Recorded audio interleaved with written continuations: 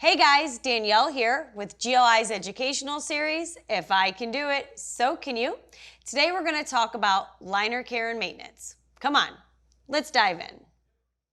Okay guys, so here we are back in the GLI studio and I have Mr. Corey Bradley, our customer service manager with us again. Say hi, Corey. Yes. All right, and we are going to review this lovely little document that comes in every Inground liner. What is this? This is our GLI liner care and maintenance guide. Really important document, especially if you've never owned a pool before. Oh yeah. Or if you're gonna start taking care of your own water chemistry. Okay. So really, really important. It's gonna give you all the details you need to really get the most out of your vinyl liner, get the longest life possible out of the liner. Awesome, and I like that. We want you guys to have a liner that lasts as long as it can. So guess what? We're gonna walk you through this because guess what? We know some of you guys maybe are a little busy. You'd rather watch me and Corey than read the document. So we're gonna walk you through it, make it nice and easy and maybe even a little fun. All right, so the first one is pH. Yeah. pH, okay, we want to be between 7.2 and 7.6 ppm.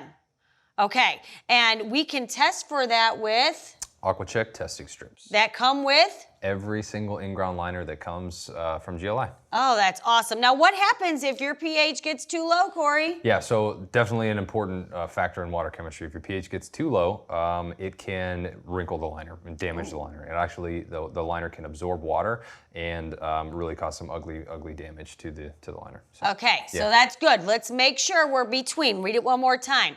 7.2 and 7.6 ppm. Anything below 7 really is, you're starting to get a little. Oh, anything below, so that's close. So you gotta keep an eye on this. Yeah. Okay, all right, the next one, free chlorine. What the heck is free chlorine? Free chlorine is really just the chlorine that's gonna keep your pool clean. It's the sanitizer that's there doing the work. Awesome, okay, doing the work, and I like things that do the work, and that is between 1.5 and 2.5 ppm. And again, you can test it right here on your AquaCheck little test strips. That's it. Or you can send it to your?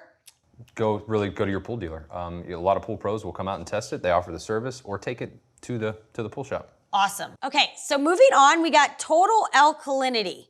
And they want us to maintain between 80 and 120 ppm. Corey, what is total alkalinity? Sure, it's a pretty simple idea, but it's the ability of your pool water to counteract changes in the pH level.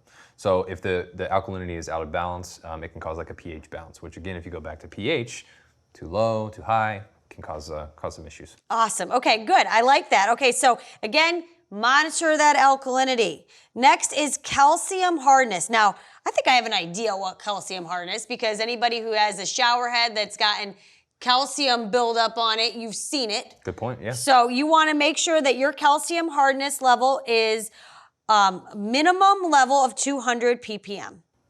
Correct. Really, that minimum level keeps the water environment, water chemistry from becoming like corrosive. Oh yeah, we don't want to be corrosive. That'd be gross. Yep. And then, but you don't want to go over 500 ppm because that can make the water cloudy or have some scaling that could occur. So again, you got to keep that in check, like everything with the AquaCheck test strips. Next thing we have is stabilizer. So stabilizer needs to be between 20 and 50 ppm.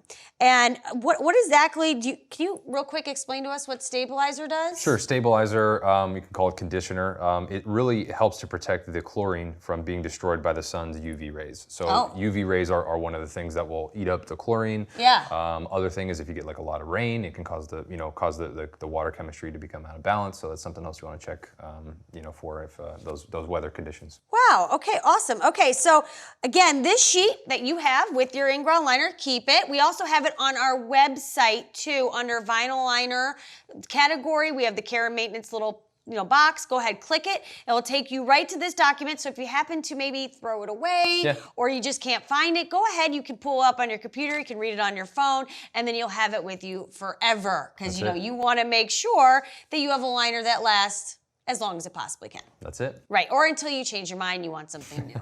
Also true. Also true. Okay, so go ahead, make sure you guys get this document out.